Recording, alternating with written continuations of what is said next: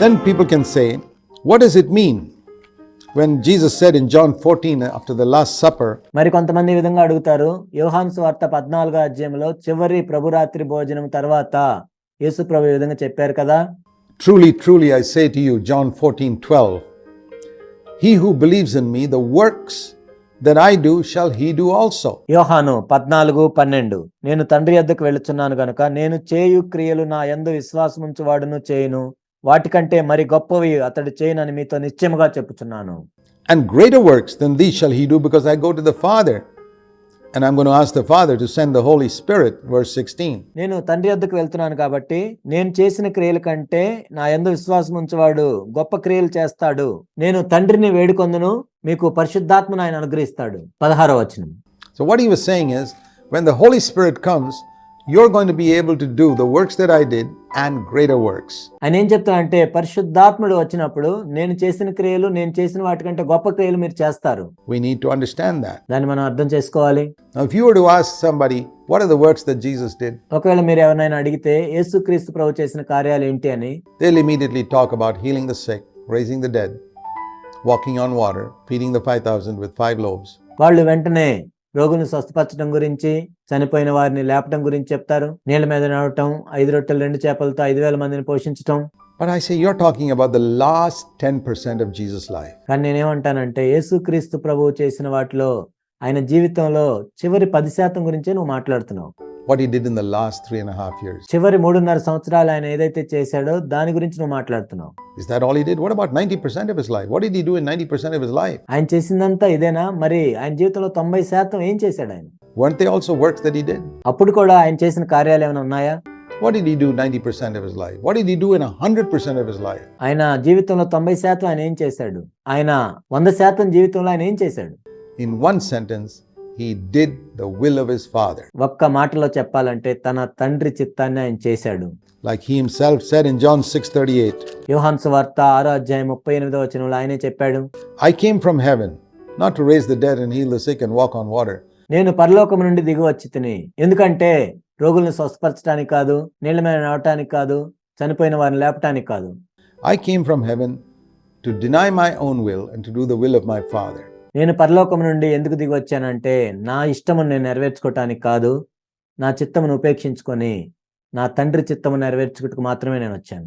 That in a nutshell are the works of Jesus. ఒక్క మాటలో చెప్పాలంటే యేసుక్రీస్తు ప్రభు యొక్క కార్యాలు ఇవే. He came to say no to his own will and to do the will of his Father, and the will of his Father included preaching the Sermon on the Mount. ఆయన చిత్తాన్ని నెరవేర్చుకోకుండా తండ్రి చిత్తాన్ని నెరవేర్చడానికి మాత్రమే ఆయన వచ్చాడు. తన తండ్రి చిత్తం అంటే కొండ మీద ప్రసంగం చెప్పటం, included healing all who were sick. రోగులను స్వస్థపరచటం. Sometimes healing only one person, like in the pool of Bethesda.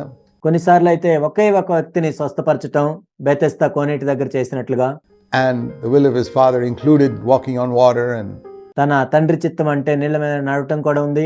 making Peter walk on the water and పేతురు కూడా నీళ్ల మీద నడిచేటట్లు చేయటం ఉంది.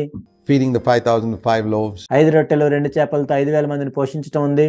The will of the Father for Paul did not include walking on the water. కానీ పౌలు విషయంలో తండ్రి యొక్క చిత్తము నీళ్ల మీద నడవటం లేదు. Or feeding 5,000 with 5 loaves, or raising someone who had been dead for 4 days like Lazarus. 5 రొట్టెలు 2 చేపలతో 5,000 మందిని పోషించటం లేదు, లేక 4 దినములు చనిపోయిన తర్వాత లాజరు వలె లేపటం లేదు.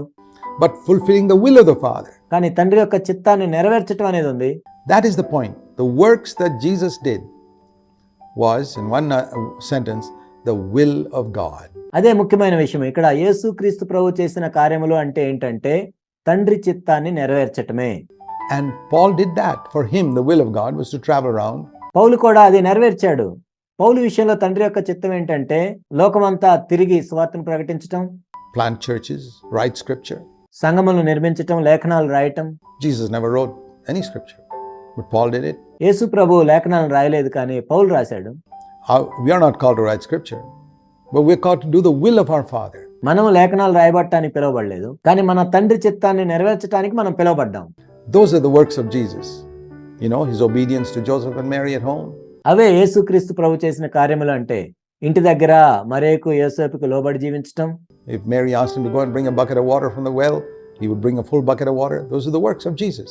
ఒకవేళ మరియా బావి దగ్గరికి వెళ్ళి ఒక బకెట్ నిండా నీళ్లు తీసుకుని రమ్మంటే ఆయన బకెట్ నిండా నీళ్లు తీసుకుని వచ్చేవాడు.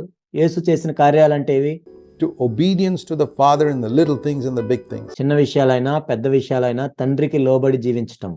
And all of us can do that. మనందరం కూడా ఈ విధంగా చేయొచ్చు. That in a nutshell is the works that he did. And say we can do that. ఒక్క మాటలో చెప్పాలంటే ఆయన చేసిన కార్యాలు ఇవే, మనం కూడా అవి చేయొచ్చు. The opposite of that is living in sin, doing our own will. దానికి వ్యతిరేకమైనది ఏంటంటే పాపంలో జీవిస్తూ మన సొంత చిత్తాన్ని చేయటం.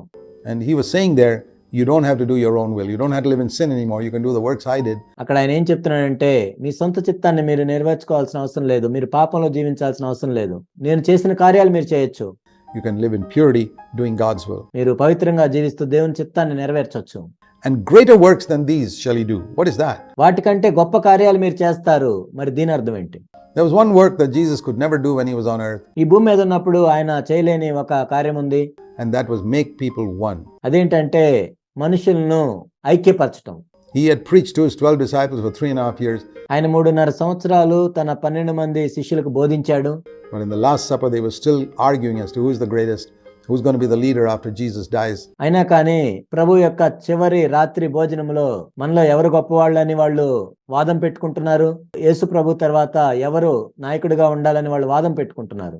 And he says, you're going to do a greater work than that. ఇప్పుడు ఆయన ఏం చెప్తున్నాడంటే దానికంటే గొప్ప కార్యం మీరు చేయగలరు. And the reason why Jesus couldn't make them one was not because of any failure on Christ's part. యేసుక్రీస్తు ప్రభు వారిని ఎందుకు ఐక్యపరచలేకపోయాడంటే ఆయన ఓడిపోవటం కాదు ఇది.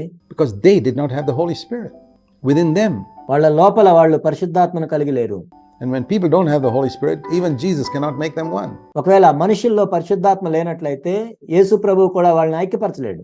So he said, after I go, and I asked the Father to send the Holy Spirit, John 14:16. యోహాను 14:16లో ఆయన ఏం చెప్తున్నాడంటే నేను వెళ్ళిన తర్వాత పరిశుద్ధాత్మను పంపించమని నేను తండ్రిని వేడుకుంటాను. Then the Spirit of God will come upon inside all of you. అప్పుడు దేవుని యొక్క ఆత్మ పరిశుద్ధాత్ముడు మీ లోపలికి వస్తాడు. Inside your hearts, then you will become one. ఆయన మీ హృదయముల్లోనికి వచ్చి మిమ్మల్ని ఐక్యపరుస్తాడు. And then you will do a greater work, which is building the body of Jesus Christ. అప్పుడు మీరు గొప్ప కార్యమును చేస్తారు. అదేంటంటే క్రీస్తు యొక్క శరీరాన్ని నిర్మించటం. Not a congregation of people like in the Old Testament, unrelated to each other. పాత నిబంధనలో ఒక సమాజ మందిరం లాగా కాదు, ఒకరికొకరికి సంబంధం లేనట్లుగా కాదు. But believers, born again believers, one with each other, exactly like the members of this body functioning together. తిరిగి జన్మించిన విశ్వాసులు ఈ శరీరంలోని అవయముల వలె ఒకరితో ఒకరు సంబంధం కలిగి పనిచేయటం. Those 12 disciples did not function like the members of this body. ఆ 12 మంది శిష్యులు ఈ శరీరంలోని అవయముల వలె కలిసి పనిచేయలేదు. Because they didn't have the Holy Spirit within them. ఎందుకంటే వాళ్ళు అంతరంగంలో పరిశుద్ధాత్ముడిని కలిగి లేరు. But once the Holy Spirit came, Jesus said, you're going to be able to do a greater work than even I have done. కానీ ఒకసారి పరిశుద్ధాత్ముడు మీలోనికి వచ్చినట్లయితే నేను చేసిన వాటికంటే గొప్ప కార్యాలు మీరు చేయగలరు అని ఆయన చెప్తున్నాడు. And that's why building the church, building the body of Christ is the greatest work that anybody can ever do on this earth. అందుకే ఈ భూమి మీద మరెవరైనా చేయగలిగిన అతి గొప్ప పని ఏంటంటే సంఘాన్ని నిర్మించడం, క్రీస్తు యొక్క శరీరాన్ని నిర్మించటమే. And for that we have to obey the command in Matthew 28 verse 19 and 20. ఆ విధంగా చేయాలంటే మనం మత్తయి సువార్త 28:19-20 వచనాల్లో ప్రభువు చెప్పిన వాటికి మనం లోబడాలి. Go and make disciples in every nation. మీరు సమస్త దేశములకు వెళ్ళి సమస్త జనుల్ని శిష్యులుగా చేయండి. You can't build a church without disciples. శిష్యులు లేకుండా మీరు సంఘాన్ని కట్టలేరు. And you can't build a church if you don't teach them to do every single thing that Jesus commanded. యేసుక్రీస్తు ప్రభువారు ఏవైతే ఆజ్ఞాపించారో వాటిని గైకొనవలనని వారికి బోధించకుండా కూడా మీరు సంఘాన్ని నిర్మించలేరు. So I hope that makes it clear as to what exactly it means to be a servant of God in this new covenant age. ఈ క్రొత్త నిబంధన యుగంలో దేవుని సేవకునిగా ఉండటం అంటే ఏంటో అనే విషయంలో మీకు స్పష్టత వచ్చిందని నేను అనుకుంటున్నాను. And I hope it clears this fog of confusion concerning healing ministry. ఈ స్వస్థత పరిచర్య గురించిన కలవరం విషయంలో కూడా మీకు స్పష్టత వచ్చిందని నేను అనుకుంటున్నాను. We believe in praying for the sick, like it says in James 5. యాకోబు 5లో చెప్పినట్లుగా రోగుల గురించి ప్రార్థించటాన్ని నేను నమ్ముతాను. But primarily our calling is to teach people to do all that Jesus has commanded. కానీ ప్రాథమికంగా మన పిలుపు ఏంటంటే యేసుక్రీస్తు ప్రభువారు ఏ సంగతులను అయితే ఆజ్ఞాపించారో వాటన్నిటిని గైకొనమని ఇతరులకు బోధించటం. If we come across demon-possessed people, we have to deliver them in Jesus' name. I've done that myself often. ఒకవేళ మన ఎదుట ఎవరైనా దయ్యములు పట్టిన వాళ్ళు కనపడ్డప్పుడు యేసు నామములో ఆ దయ్యములను వెళ్ళగొట్టాలి. నేను చాలా తరచుగా ఆ విధంగా చేశాను. We need to do that. మనము అది చేయాల్సిన అవసరం ఉంది. But my primary ministry is to lead people to obey all that Jesus commanded. కానీ నా ప్రాథమికమైన పరిచర్య ఏంటంటే యేసు ఏ ఏ సంగతులను అయితే ఆజ్ఞాపించారో వాటన్నిటినీ గైకొనమని నేను ఇతరులకు బోధించటం. Because that's the only way we'll be able to build the church as the body of Christ, which is God's ultimate goal. దేవుని యొక్క అత్యున్నతమైన ఉద్దేశం ఏంటంటే క్రీస్తు యొక్క శరీరాన్ని నిర్మించటము. ఒక సంఘమును క్రీస్తు యొక్క శరీరముగా నిర్మించాలంటే ఏకైక మార్గం ఇదే.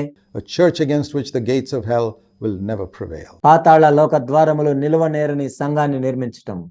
Let's pray. ప్రార్థన చేసుకుందాం.